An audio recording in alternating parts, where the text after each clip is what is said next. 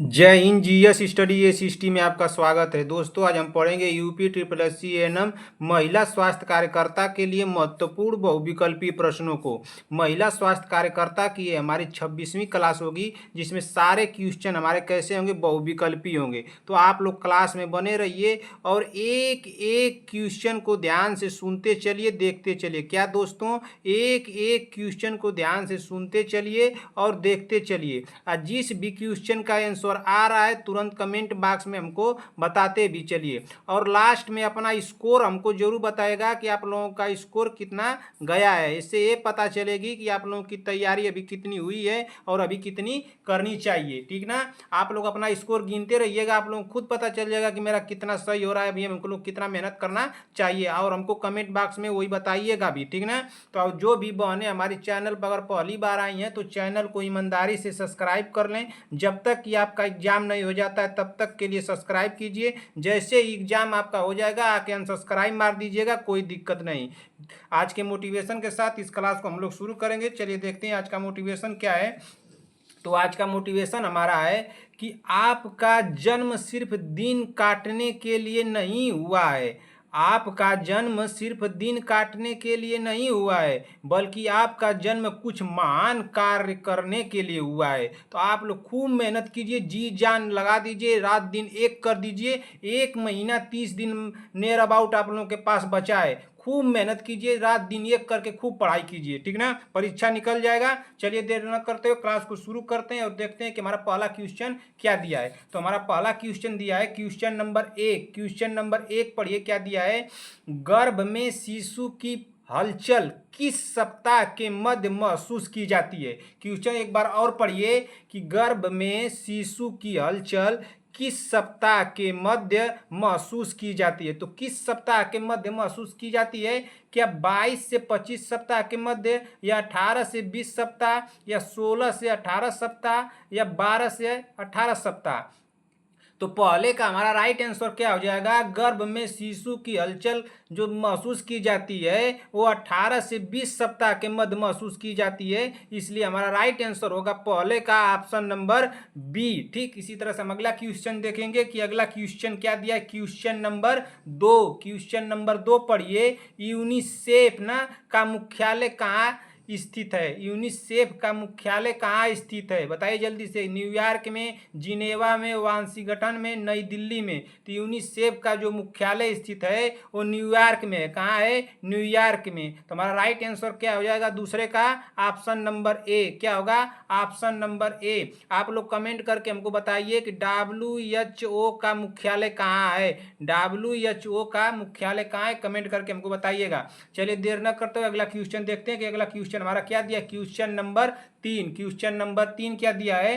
Question number 3 हमारा दिया है कि भारत में यूनिसेफ का क्षेत्रीय कार्यालय कहाँ स्थित है। भारत में यूनिसेफ का क्षेत्रीय कार्यालय कहाँ स्थित है। तो कहाँ स्थित है का, बेंगलोर में, मुंबई में, नई दिल्ली, जयपुर। कहाँ स्थित है बताइए जल्दी से, कहाँ स्थित है। भारत में यूनिसेफ का क्षेत्रीय कार्यालय कहाँ स्थित है। तो तीसरे का हमारा राइट आंसर क्या हो जाएगा। तो तीसरे का हमारा राइट आंसर होगा ऑप्शन नंबर सी। क्या होगा, ऑप्शन नंबर सी, नई दिल्ली। क्या होगा, नई दिल्ली। हमारा राइट आंसर होगा ऑप्शन नंबर सी। ठीक ना। देखिए यहाँ पे क्वेश्चन क्या पूछा था, क्वेश्चन एक बार और देख लीजिए आप लोग। पूछा है यहाँ पे क्वेश्चन कि यूनिसेफ का मुख्यालय कहाँ स्थित है। तो न्यूयॉर्क में स्थित है। लेकिन उसी बात को यहाँ पे घुमा के पूछा है कि भारत में यूनिसेफ का क्षेत्रीय कार्यालय कहाँ है। तो भारत में यूनिसेफ का क्षेत्रीय कार्यालय कहाँ है, तो यह नई दिल्ली में। ठीक ना। तो इसी तरह से हम अगला क्वेश्चन देखेंगे कि अगला क्वेश्चन क्या दिया है। Question number 4। आप लोग सिर्फ क्वेश्चन को एग्जाम हॉल में जाइएगा, क्वेश्चन को ध्यान से पढ़ के ही टिक कीजिएगा। मैं बार बार आप लोगों को चिल्ला रहा हूँ कि आप लोग क्वेश्चन को ध्यान से पढ़िएगा। चलिए चौथा क्वेश्चन क्या दिया, चौथा क्वेश्चन देखते हैं। गूडल चिन्ह है, तो गूडल चिन्ह क्या है। क्या योनि का हल्का नीला होना, या ग्रीवा का मुलायम होना, या गर्भाशय का मुलायम होना, या चेहरे का नीला होना। तो गूडल चिन्ह क्या है, क्या है जल्दी से बताइए। तो चौथे का हमारा राइट आंसर हो जाएगा क्या, ग्रीवा ना, ग्रीवा का मुलायम होना। इसलिए हमारा राइट आंसर होगा ऑप्शन नंबर बी। ठीक, इसी तरह से हम अगला क्वेश्चन देखेंगे कि हमारा अगला क्वेश्चन क्या दिया है। चलिए देखते हैं कि अगला क्वेश्चन क्या दिया है। Question number 5। क्वेश्चन नंबर 5 पढ़िए क्या दिया है। क्वेश्चन नंबर 5 हमारा दिया है क्या दिया क्वेश्चन नंबर 5 पढ़िए। HCG ना, HCG हार्मोन का स्त्रावण शुरू होता है। तो HCG का हार्मोन का स्त्रावण शुरू होता है तो क्या 5वें दिन, 8वें दिन, 15वें दिन या 8 सप्ताह पर? तो कब शुरू होता है? तो 5वें का हमारा राइट आंसर हो जाएगा ऑप्शन नंबर क्या होगा? ऑप्शन नंबर बी, 8वें दिन। क्या होगा? 8वें दिन। ठीक ना, हमारा राइट आंसर होगा 5वें का ऑप्शन नंबर बी। ठीक, इसी तरह से हम अगला क्वेश्चन देखेंगे कि हमारा अगला क्वेश्चन क्या दिया है। क्वेश्चन नंबर 6, क्वेश्चन नंबर 6 पढ़िए।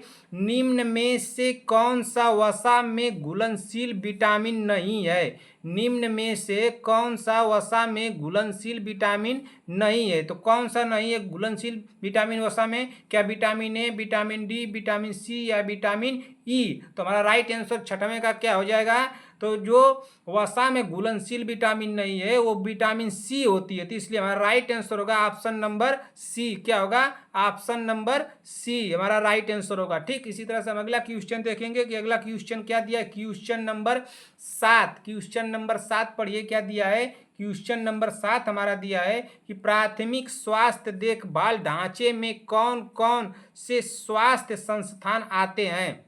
बताइए जल्दी से। प्राथमिक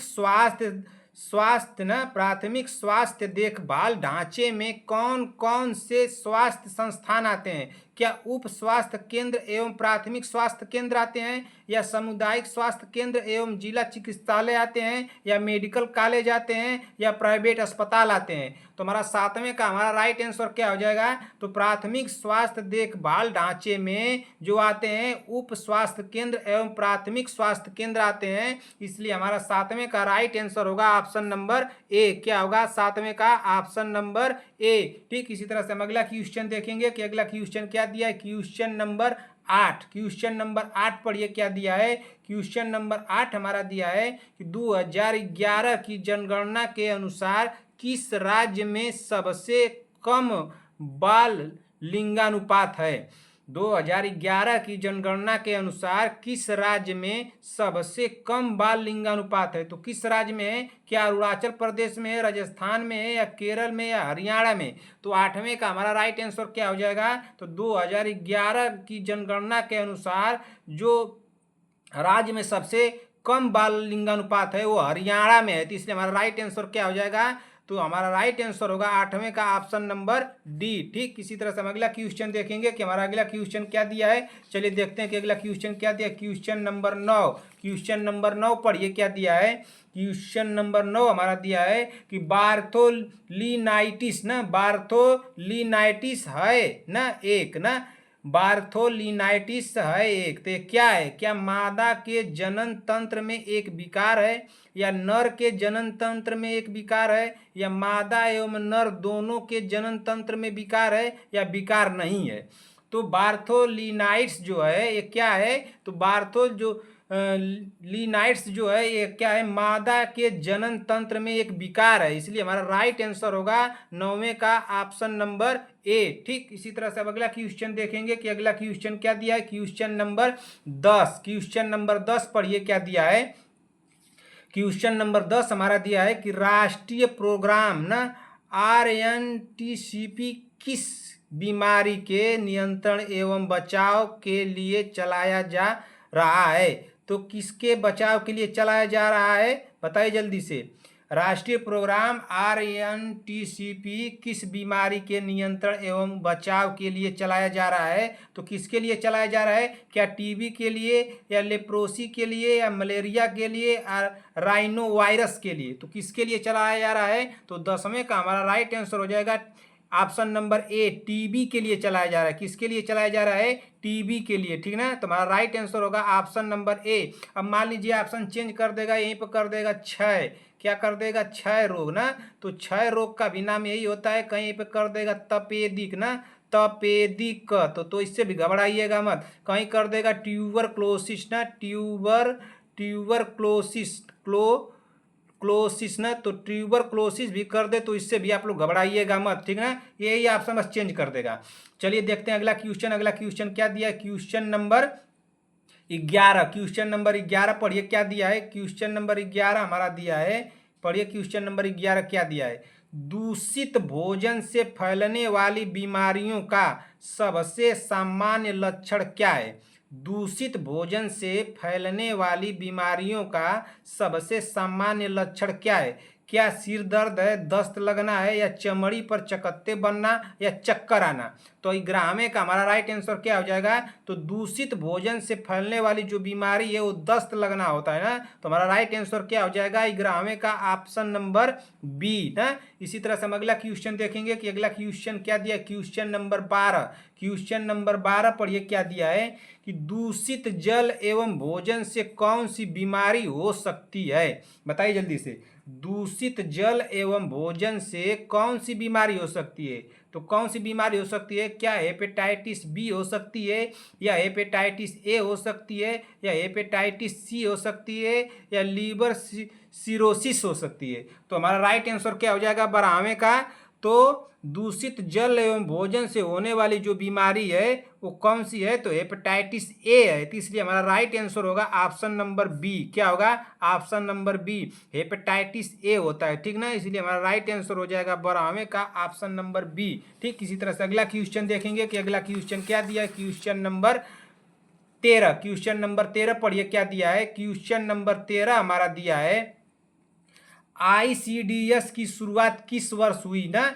आईसीडीएस की शुरुआत किस वर्ष हुई? तो क्या किस वर्ष हुई थी? तो क्या 1962 में, 1975 में, या 1992 में, या 1999 में? तो आईसीडीएस की जो शुरुआत हुई थी वो 1975 में हुई थी। किस में हुई थी? 1975 में। इसलिए हमारा राइट आंसर होगा 13वें का ऑप्शन नंबर बी। ठीक, इसी तरह से अगला क्वेश्चन देखेंगे कि अगला क्वेश्चन क्या दिया है। क्वेश्चन नंबर 14, क्वेश्चन नंबर 14 पढ़िए क्या दिया है। क्वेश्चन नंबर 14 पढ़िए, बताइए जल्दी से इसका राइट आंसर क्या होगा 14वें का? जल्दी से कमेंट कर दीजिए। बायोमेडिकल वेस्ट मैनेजमेंट एक्ट कब पास हुआ था? तो कब पास हुआ था? जल्दी से बताइए। बायोमेडिकल वेस्ट मैनेजमेंट एक्ट कब पास हुआ था? कब पास हुआ था? बताइए जल्दी से, कब पास हुआ था? क्या यह 1990 में पास हुआ था, या 1985 में पास हुआ था, या 1980 में पास हुआ था, या 1982 में पास हुआ था? तो कब पास हुआ था? तो 14वें का हमारा राइट आंसर हो जाएगा क्या? ऑप्शन नंबर क्या होगा? ये तो 1998 में पास हुआ था ना, तो 1998 ऑप्शन नंबर सी हमारा राइट आंसर होगा ना। बायोमेडिकल वेस्ट मैनेजमेंट एक्ट कब पास हुआ था? तो 1998 में पास हुआ था। इसलिए हमारा राइट आंसर होगा ऑप्शन नंबर सी। ठीक, इसी तरह से अगला क्वेश्चन देखेंगे कि अगला क्वेश्चन क्या दिया है। क्वेश्चन नंबर 15, क्वेश्चन नंबर 15 पढ़िए क्या दिया है। क्वेश्चन नंबर 15 हमारा दिया है, पढ़िए क्वेश्चन नंबर 15 क्या दिया है। गर्भावस्था के दौरान स्तनों से मिल्क का स्क्यूज ना किया जाता है ना, तो इसका मतलब कि बहाया जाता है ना, बाहर या बहाया, ठीक ना, बहाया, ठीक ना। तो गर्भावस्था के दौरान स्तनों से मिल्क का स्क्यूज किया जाता है, तो क्या 14 सप्ताह पर किया जाता है, या 13 सप्ताह, या 12 सप्ताह, या 20 सप्ताह? तो हमारा राइट आंसर क्या हो जाएगा? जल्दी से कमेंट कीजिए, बताइए जल्दी से। और ये जो होता है मिल्क स्क्यूज, ये पेशेंट के कंडीशन पे होता है। क्या होता है? पेशेंट ना, पेशेंट के कंडीशन को देखते हुए, पेशेंट के कंडीशन को देख कर ये होता है, ठीक ना। ये होता नहीं है, लेकिन पेशेंट की कंडीशन जैसी रहेगी उस हिसाब से ये होता है, ठीक ना। तो हमारा राइट आंसर क्या हो जाएगा 15वें का? हमारा राइट आंसर क्या होगा? गर्भावस्था के दौरान स्तनों से मिल्क का स्क्यूज किया जाता है, क्या 14 सप्ताह, 13 सप्ताह, 12 सप्ताह, या 20 सप्ताह? तो कौन सा होगा हमारा राइट आंसर? तो हमारा राइट आंसर होगा ऑप्शन नंबर सी, 12 सप्ताह। क्या होगा? 12 सप्ताह हमारा राइट आंसर हो जाएगा ऑप्शन नंबर सी, ठीक ना।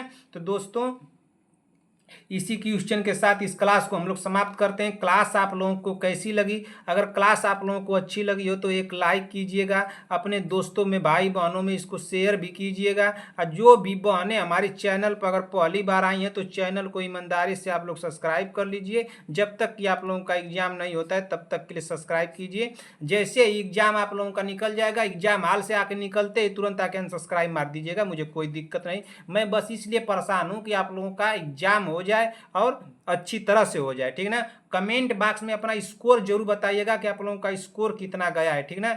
आप लोग अपना स्कोर जरूर बताइएगा कि आप लोगों का स्कोर कितना गया है ना, 15 में आप लोगों का कितना सही हुआ है, कमेंट करके हमको जरूर बताइएगा। तो इसी के साथ क्लास को समाप्त करते हैं। कमेंट बॉक्स में अपना प्यार देना मत भूलिएगा। मिलते हैं ऐसी ही क्लास के साथ, तब तक के लिए जय हिंद जय भारत।